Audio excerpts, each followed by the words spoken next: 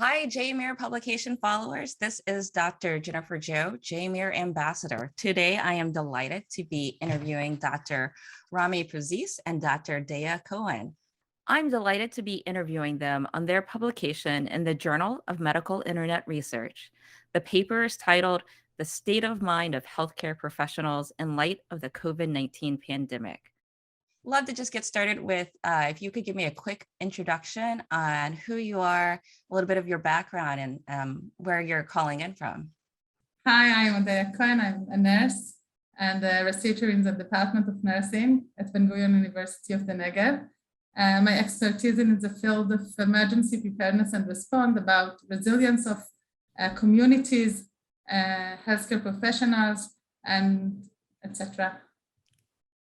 Hello, I'm delighted to be here as well. I'm a faculty member in the Faculty of Engineering, Department of Software and Information Systems Engineering, specializing mainly on aspects of data science, analysis of social networks, cybersecurity.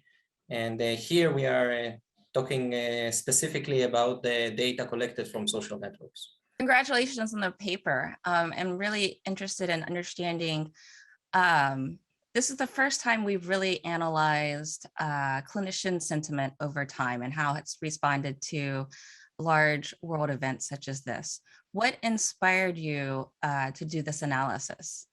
For me, as a nurse, it was very important to make the voice of all the healthcare professionals during the pandemic. I know how much it's difficult to work in very complicated situation and to cope with personal concerns together at home. So as a researcher, I really want to express it.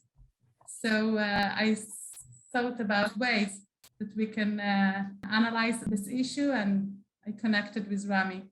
When you were choosing the 6 emotions to investigate and also attribute to the data, could you just talk about these 6 emotions: fear, anger, sadness, joy, surprise, and disgust, for our followers who may not know the standard of understanding data, understanding the emotions to assign a data and how that occurs? What we did, we took the already pre-trained models that were validated in previous research and applied them on our data. We were actually very surprised to see the 3 clear waves in the fear. While other emotions are, they are a bit noisy and we are not sure what happens there, except, for example, in the case of George Floyd, you see a very significant response in all emotions.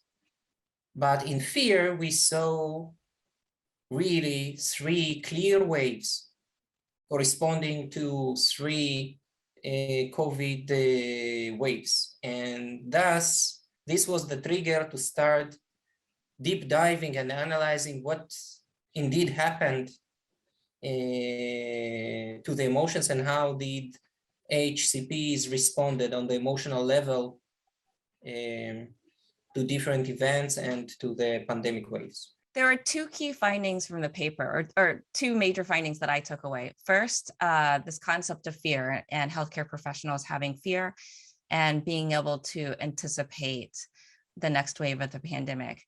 Can you talk about those results and your thoughts on them?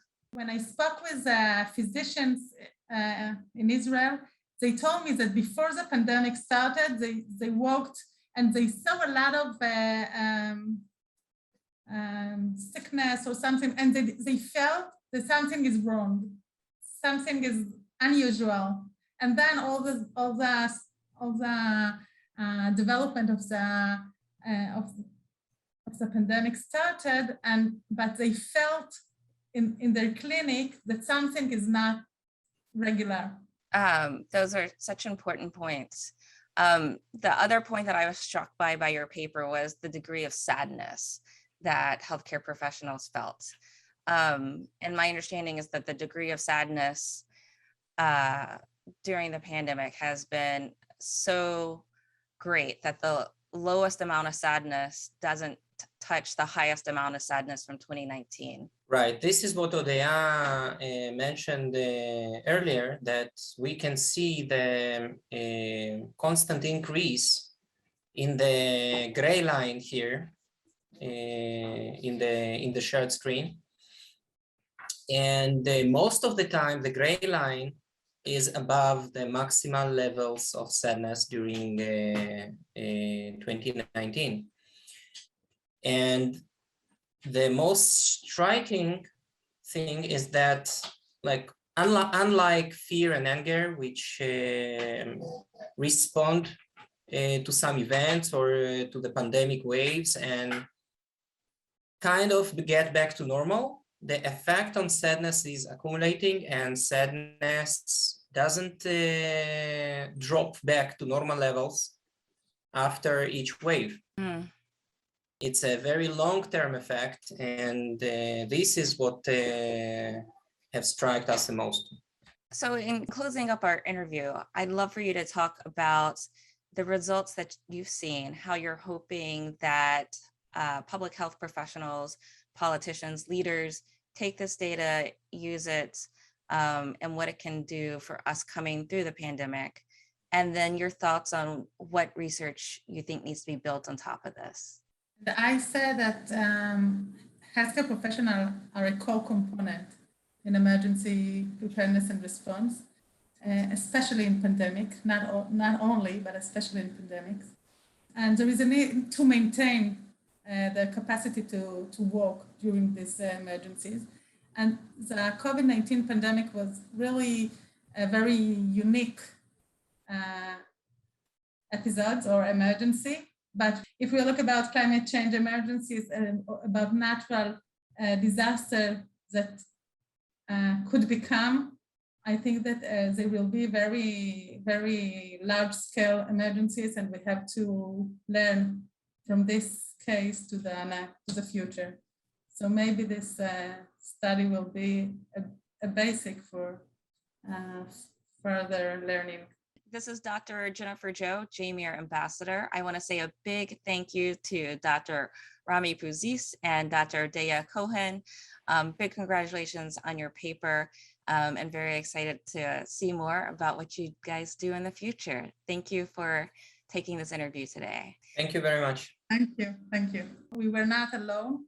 We were more Swiss students, 2 students of Rami, Aviad and Ilya, and one of student from the health faculty. So we wanted to thank them about all this intensive work. To read the full protocol and other great research, be sure to go to jmirpublications.com. As a reminder, all articles are open access, meaning that they are free and available to any user anywhere in the world.